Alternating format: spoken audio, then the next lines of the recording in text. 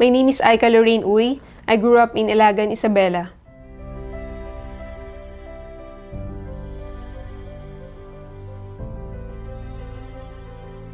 Yung parents ko are business owners. Sa four na magkakapatid, I'm the youngest and yung family namin is well off.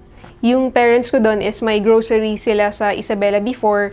Naalala ko nga, nung 3 or 4 years old yata ako, every time after school ko, tumatabi agad ako sa mama ko sa cashier.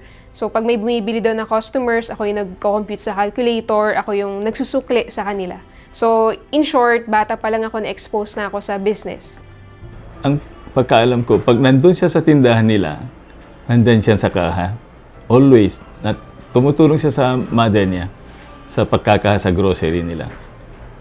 First school ko sa ELV Montessori, preschool ako noon. Naalala ko nga, every time na, or before pumunta ako sa school, kukuha ko ng M&M's chocolate sa grocery namin para ibenta sa mga classmates ko. 4 years old lang ako noon.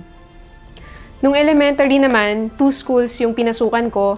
Yung isa, Casa del Niño Montessori School, and yung isa naman is Chunghua Institute, Chinese school naman. So, naalala ko, before kasi, nagsipag talaga ako nung elementary. Why? Kasi si mama, pag wala ka sa top, papaluin ka talaga. So, no choice ako kundi mag-aral. Nung sa Chinese school, since nag-start ako grade 2 up to grade 6, top 1 ako doon. In short, valedictorian akong graduate nung elementary. And then sa Montessori school naman, nakakasali ako sa mga math quiz bees. So, yun yung favorite subject ko. Hi, I'm Carla. I'm Aika's best friend. Ako yung madaldal, si Aika yung tahimik. So, paano kami nag-click? Habang daldal ako ng daldal, si Aika nakikinig lang. Every time I have love problems, family problems, nandiyan lagi si Aika for me. Magbigay ng advice or magpapatawa sa akin. So, si Aika is a person with a strong personality, strong in the outside, but soft in the inside. Si Aika, pagkasama yung family or friends, kunwari, kami magpa-family, tatawagin niya ako. Sabi niya, Ni, halika muna. Ganon siya. Yung kung ano ako, ganon din siya. Tahimik na tao, ganyan. Ayaw sa camera, ayaw sa mga tao. Takot siya sa ganon. Kaya, pag family reunion, sabihin niya, Ni, halika muna. Dito lang kami sa tabi, mag-uusap muna kami. Ganyan. Yun lang ang moments namin. Tapos, saka siya makikihalubilo sa mga tao. Pero tahimik lang siya sa isang tabi. Ang natatandaan ko nung kanyang kabataan, nung maliit-liit pa kasi halos ka-age niya yung anak ko.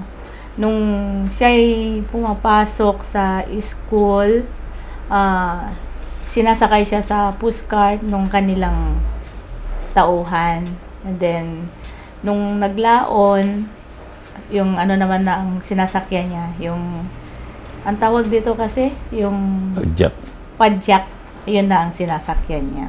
Tapos, siya, lagi siyang honor student nung bata siya. Kasi, lagi silang magkaano ng anak ko, yung competition andoon. Kaya, lagi siya nasa top noon si Aika. Nag-high school ako sa Isabela. At the age of 13, doon nag-close yung business sila papa and mama. Nagkaroon kami ng business sa Isabela. Tapos nalugi. Ngayon si Aika, kailangang maiwan doon para tapusin ang kanyang high school kasi mas mababa ang tuition fee. Kaya lang may mga pagkakataon na may mga pangyari sa buhay na hindi natin gustong mangyari. Like yung sa amin, nawala yung negosyo ng family. So, doon nag-start na hindi, pag meron kaming ipabili, hindi na nabibili. Naalala ko one time may pinabili si Shobe kay mama. Hindi ko na maalala kung anong gamit yun pero hindi nabili ni mama. So parang yun yung yun yung turning point kay Shobe para i-push pa yung sarili niya na ayaw niya nang mangyari. Kumbaga gusto niya ibalik kung ano yung buhay na meron kami dati. So at my young age, doon ako nagkaroon ng mindset na hindi ko na kailangan umasa sa kanila at kailangan ko nang kumita on my own. Kaya doon ako nag-start magbenta ng kung ano-ano like bangus kasi taga Pangasinan yung mom ko. Nag-start din ako magbenta ng mga beauty products like Kojic, mga sabon, and yung mga accessories na gawa sa clay. Basta kung anong pwedeng ibenta or pagkakitaan, ginagrab ko talaga. I took civil engineering sa UP Diliman. Yung pagnenegosyo ko, continuous lang naman yon. And then at the age of 20, doon ko na-encounter yung network marketing. When Aika started this networking industry, ako yung unang naniwala sa kanya. Actually, hindi ko nga naintindihan yung presentation at first. Ang alam ko lang, kikita ako ng malaki at i-guide ako ni Aika at hindi niya ako papabayaan. So, syempre, nung nag-start kami sa network marketing, wala pa kaming kaalam-alam yan. So, tuwing sinasabi ng upline namin na kailangan namin umattend ng trainings and mga seminars, ang ginagawa namin right after school, dumidiretso kami sa office para makarinig lang or mapakinggan yung training ng mga uplines. So, ang ginagawa namin ni Aika, kaya dahil nga wala pa kaming alam, minsan pumupunta kami sa mga fast food chain, doon kami kumakain. Tapos, kunyari magpre-present ako sa kanya, lalakasan ko yung boses ko para ma-affect namin yung mga nasa paligid namin, marinig nila na, may business na pinag-uusapan yung mga batang yon. Uma-attend pa kami ng mga conventions para lang mapalawak yung network namin, makamit kami ng mga business people. Tapos, naalala ko, pumupunta kami ng probinsya, basta kahit saan na may bus papunta sa ganitong probinsya, sa ganitong probinsya, para lang makapag-network. Ganun kami ka-addict dati sa network marketing. Tapos, may time pa na sa sobrang atam, hindi kami makatulog. Dahil yung mismong wall ng apartment namin, genealogy lang yung laman.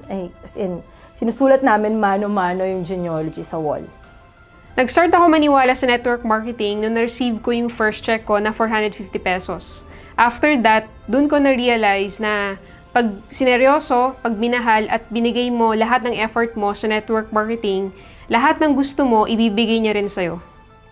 Yung nga, nakita ko yung pictures ng Mustang na nakasulat doon na, "Someday you will be mine."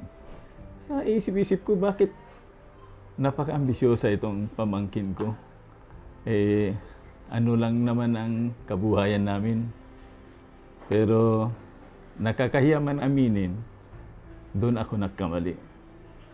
Hindi lang pala Mustang ang narating ni Aika. Isa kong living proof na totoo ang network marketing.